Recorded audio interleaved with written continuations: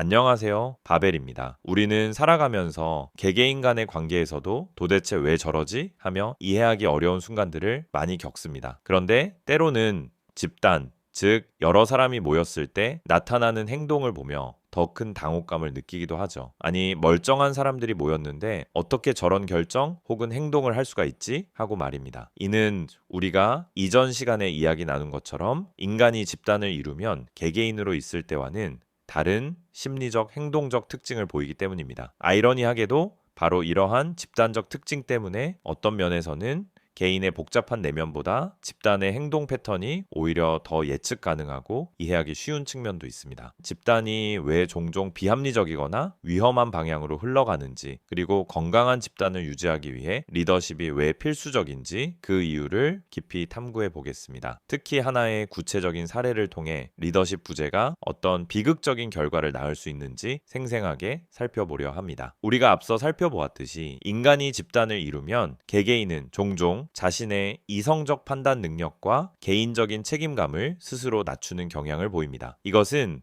어쩌면 집단 전체의 원활한 협동과 빠른 의사결정을 위한 일종의 적응 기제일 수도 있습니다. 모두가 자신의 주장만 내세우거나 책임을 떠넘기려 한다면 효율적인 협력이 어렵기 때문이죠. 하지만 이런 이성과 책임감의 분산 현상은 매우 위험한 부작용을 낳을 수 있습니다. 즉, 집단 전체가 합리적인 방향 감각을 상실하고 순간적인 감정이나 충동적인 분위기에 쉽게 휩쓸리게 되는 것입니다. 마치 브레이크가 고장난 자동차처럼 한번 잘못된 방향으로 흐르기 시작하면 멈추기가 매우 어려워집니다. 바로 이 지점에서 리더 또는 리더십 그룹의 필요성이 절실해집니다. 집단에는 반드시 누군가가 이성적인 판단의 중심을 잡아주고 집단 전체의 방향과 결정에 대한 궁극적인 책임을 지는 역할을 수행해야 합니다. 그래야만 집단이 맹목적인 흐름에 빠지지 않고 장기적인 관점에서 현명한 결정을 내릴 수 있습니다. 물론 리더가 반드시 한 명이어야 하는 것은 아닙니다. 역사적으로 인류는 다양한 형태의 리더십 구조를 발전시켜 왔습니다. 고대 로마의 공동집정관 제도처럼 두 명의 지도자가 서로 견제하며 권력을 행사하는 방식도 있었고, 왕과 그를 보좌하는 자문단이 함께 국정을 이끄는 방식도 존재했습니다. 현대의 위원회나 이사회처럼 여러 구성원이 합의를 통해 집단적인 리더십을 발휘하는 모델도 있습니다. 핵심은 리더의 수가 아니라 리더십 기능, 즉 이성적 판단, 방향 제시, 책임 부담이 명확하게 존재하고 작동하는가에 있습니다. 여러 명의 리더가 서로 협력하고 견제하며 다양성의 장점을 살릴 수도 있지만, 리더가 너무 많거나 역할 분담이 불분명하면 오히려 책임 소재가 불분명해지고 의사결정이 마비될 수도 있습니다. 그렇다면 리더십이 부재하거나 제대로 작동하지 않는 집단은 어떻게 될까요? 앞서 말했듯 구성원들은 서로에게 책임을 떠넘기거나 다 같이 하는 일인데 뭐 어때? 라는 안일함에 빠지기 쉽습니다. 아무도 최종 결정을 내리려 하지 않고 아무도 그 결과에 대해 진지하게 책임지려 하지 않는 상태. 이것은 결코 건강한 협동이 아닙니다. 오히려 집단적 무책임과 비합리성으로 치닫는 위험한 경로입니다. 이러한 리더십 부재의 비극을 극명하게 보여주는 사례가 바로 우리가 종종 뉴스에서 접하는 청소년들의 차량 절도 후 광란의 질주 그리고 전원 사망과 같은 끔찍한 사고입니다. 이런 뉴스를 접할 때 많은 사람들의 첫 반응은 아마 어떻게 저렇게 멍청하고 무모할 수가 있지? 자기들 목숨이 걸린 일인데 생각이 없나? 도저히 이해가 안 된다. 이런 형태의 비난과 불신일 것입니다. 하지만 이 사건을 단순히 철없는 아이들의 어리석은 행동으로만 치부하기 전에 집단 역학과 리더십 부재라는 관점에서 분석해보면 그 발생 과정이 놀라울 정도로 명확하게 설명됩니다. 먼저 주목해야 할 점은 이러한 극단적인 사고가 청소년 혼자에 의해서는 거의 일어나지 않는다는 사실입니다. 물론 청소년 한 명이 충동적으로 일탈 행동을 할 수는 있지만 차를 훔쳐서 죽음에 이를 정도의 광란의 질주까지 이어지는 경우는 드뭅니다. 왜냐하면 혼자 있을 때는 아무리 어리고 무모하더라도 어느 순간 이러다 정말 죽을 수도 있겠다는 공포와 이 행동의 결과는 온전히 내가 책임져야 한다는 부담감이 작동할 가능성이 높기 때문입니다. 하지만 여러 명의 청소년이 리더 없는 집단을 이루면 상황은 완전히 달라집니다. 사고는 다음과 같은 과정을 거쳐 발생할 가능성이 매우 높습니다. 먼저 위험한 제안이 나옵니다. 구성원 중 누군가 우리 차 훔쳐서 한번 몰아볼래? 라고 제안합니다. 다음으로 쉬운 동조, 즉 이성이 마비됩니다. 다른 구성원들은 순간적인 호기심, 어른들의 규칙을 어기는 데서 오는 짜릿함, 그리고 친구들 무리에서 소외되고 싶지 않은 동조 압력 때문에 이 위험한 제안에 쉽게 동의합니다. 이때 이미 들키면 어떻게 될까 같은 이성적인 판단은 집단 분위기 속에서 마비됩니다. 쾌감이 증폭되며 본능이 지배하게 됩니다. 운전을 시작합니다.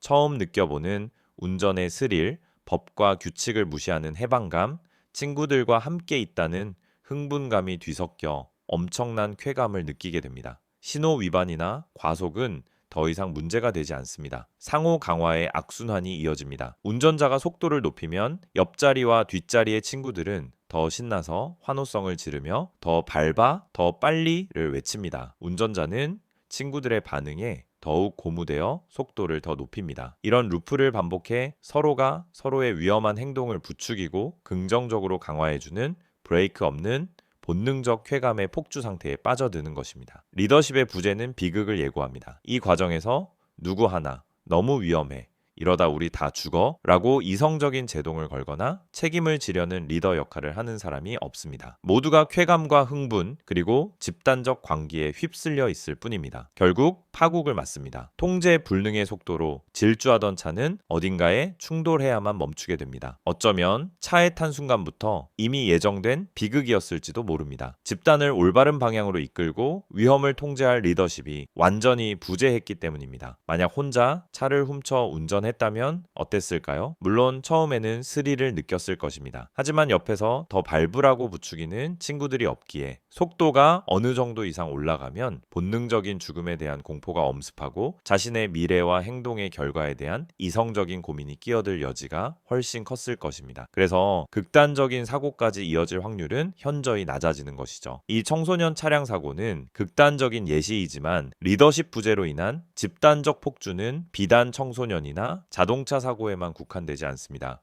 기업의 잘못된 의사결정, 정치 집단의 비합리적 행태, 심지어 일상적인 동호회나 친구 모임에서도 리더십이 제대로 작동하지 않을 때 우리는 크고 작은 문제들을 겪게 됩니다. 그렇다면 집단에 필요한 진정한 리더 혹은 리더십이란 무엇일까요? 그것은 단순히 명암이 화려하고 집단의 대표자로서 앞에 나서거나 집단을 소유하는 권력자의 자리가 아닙니다. 진정한 리더십은 다음과 같은 핵심적인 역할을 수행할 때 그 가치를 발휘합니다. 첫째, 이성적인 방향을 제시해야 합니다. 집단이 단기적인 감정이나 눈앞의 이익에만 매몰되지 않도록 장기적인 목표와 비전을 제시하고 합리적인 의사결정을 이끌어야 합니다. 둘째, 책임의 중심이 되어야 합니다. 집단의 결정과 행동에 대한 궁극적인 책임을 회피하지 않고 기꺼이 감당하며 문제가 발생했을 때 이를 수습하고 해결하려는 자세를 보여야 합니다. 셋째, 균형과 통제를 유지해야 합니다. 구성원들의 다양한 의견과 에너지를 존중하면서도 집단이 극단적인 감정이나 비합리적인 방향으로 폭주하지 않도록 브레이크를 걸고 균형을 잡아주어야 합니다. 결국 리더십이란 집단이라는 배가 목적지를 향해 안전하고 효과적으로 항해할 수 있도록 방향타를 잡고 때로는 닻을 내리는 선장과 같은 역할입니다. 집단의 대표라는 것은 그 구성원 모두의 운명과 책임감을 짊어지고 있다는 것을 인식해야 합니다. 이러한 관점에서 볼 때 우리 사회의 다양한 집단들, 예를 들어 가정, 학교, 기업, 국가 등에서 어떤 리더십이 발휘되고 있는지 혹은 부재한 것은 아닌지 성찰해보는 것은 매우 중요한 의미를 가질 것입니다. 오늘은 집단이 가진 독특한 역학, 즉 개개인의 이성과 책임감이 약화되는 경향과 그로 인해 발생하는 리더십의 중요성에 대해 살펴보았습니다. 청소년 차량 사고 사례는 리더십 부재가 얼마나 비극적인 결과를 낳을 수 있는지 극명하게 보여주었습니다. 핵심을 요약하면 이렇습니다. 첫째, 집단 속에서는 개인의 이성적 판단과 책임감이 약화되는 경향이 있으며 이는 비합리적이고 위험한 행동으로 이어질 수 있습니다. 둘째, 따라서 집단에는 이성적인 방향을 제시하고 궁극적인 책임을 지는 리더십이 필수적입니다. 셋째, 리더십의 부재는